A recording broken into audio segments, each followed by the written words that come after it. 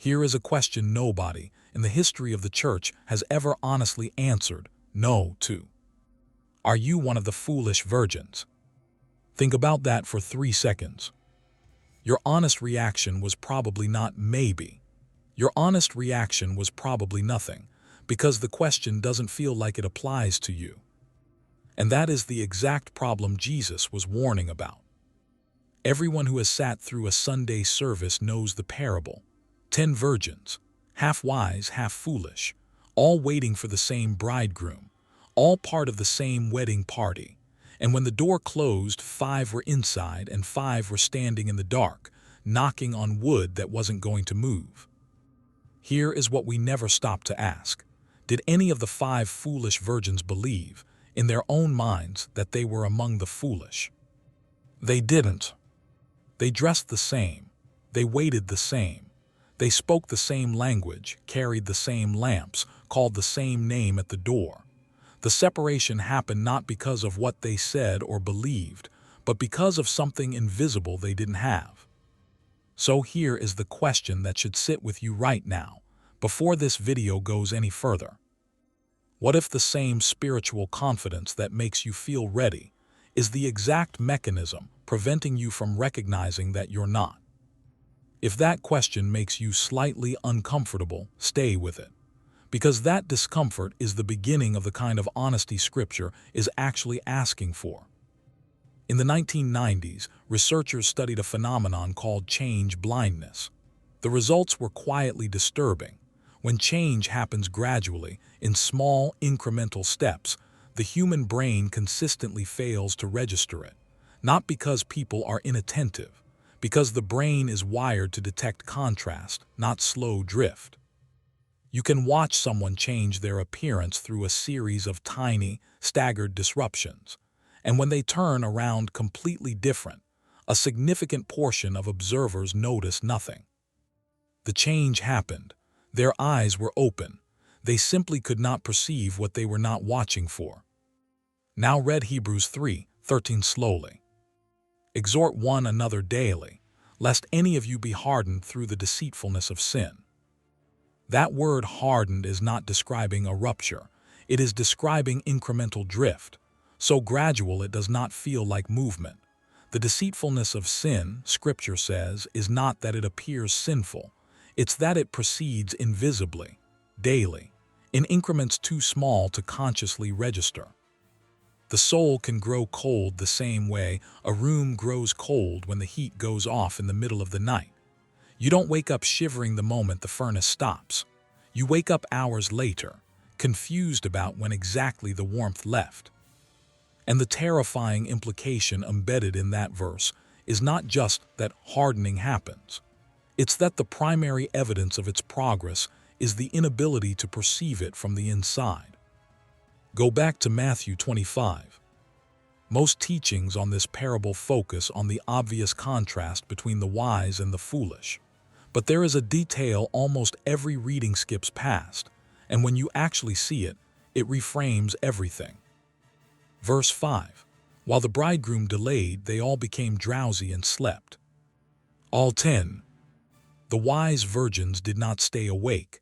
They fell asleep too. They were not vigilant. They were not praying through the darkness. They were not keeping watch with their eyes fixed on the horizon. They were sleeping, exactly like the foolish ones. So what was the difference? The difference was not what they did during the waiting.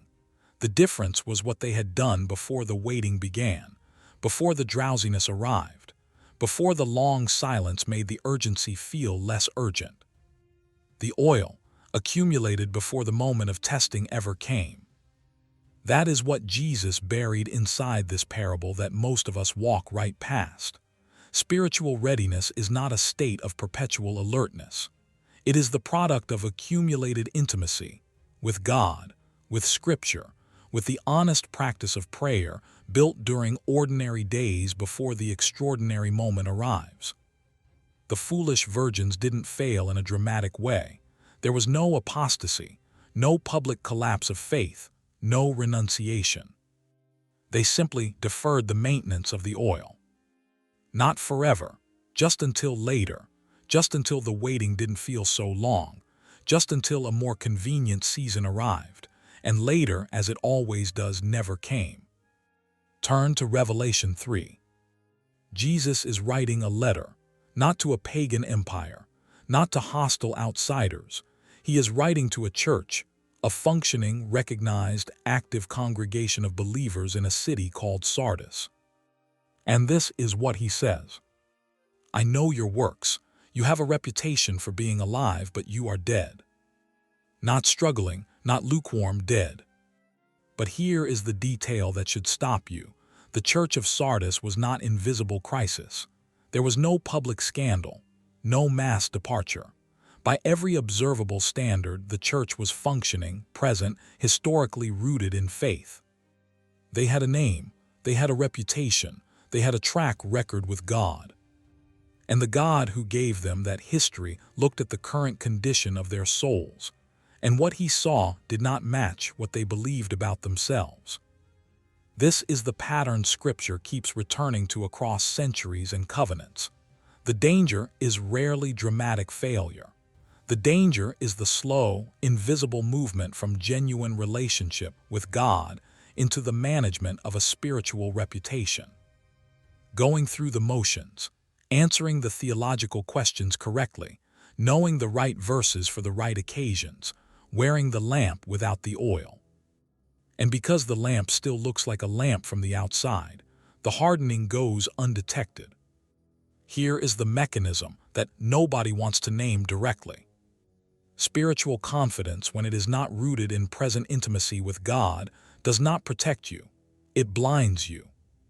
When your sense of readiness comes from your history with faith, how long you've been a believer, how many times you've prayed, how familiar Scripture feels, rather than from your present relationship with God, something quietly dangerous begins to happen. Regular self-examination stops. Honest inventory gets replaced by assumption. Prayer becomes routine rather than conversation. Scripture becomes familiar rather than living.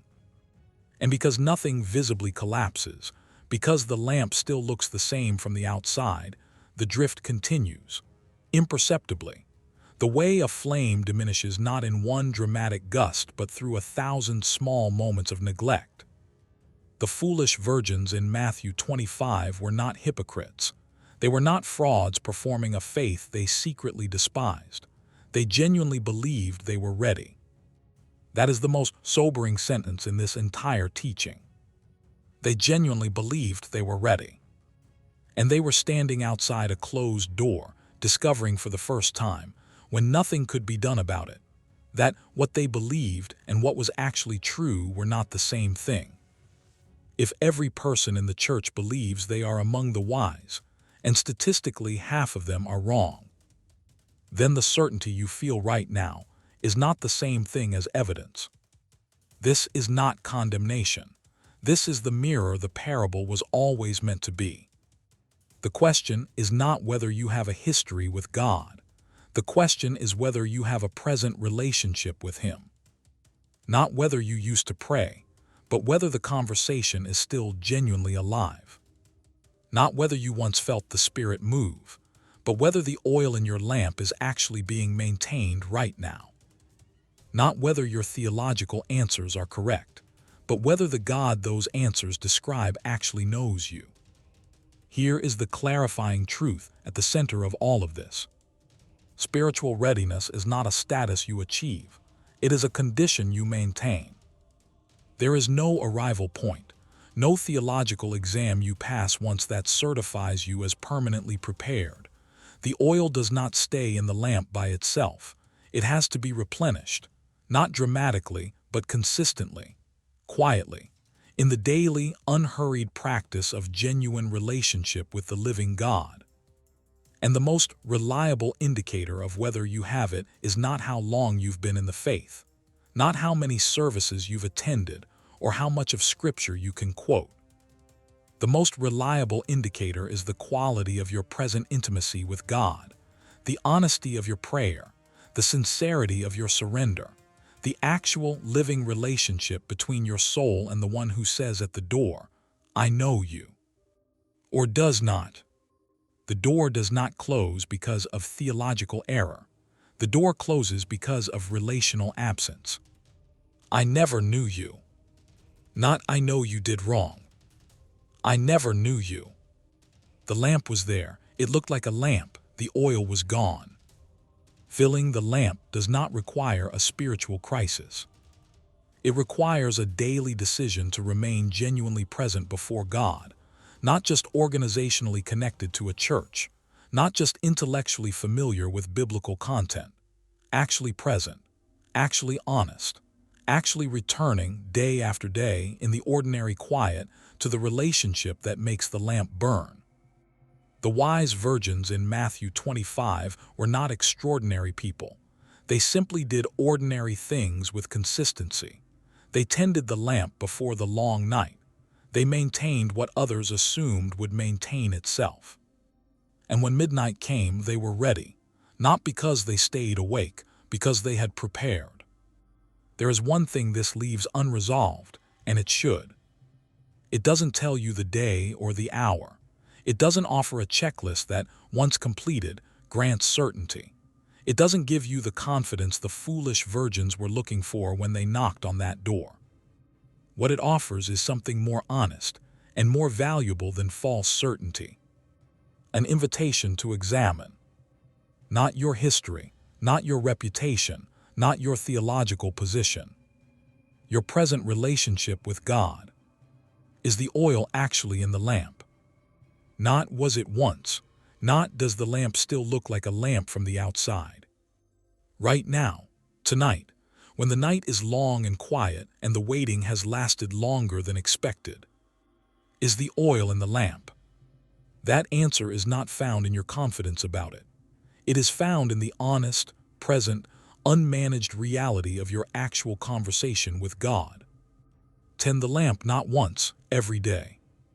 The hour is unknown, the preparation is not.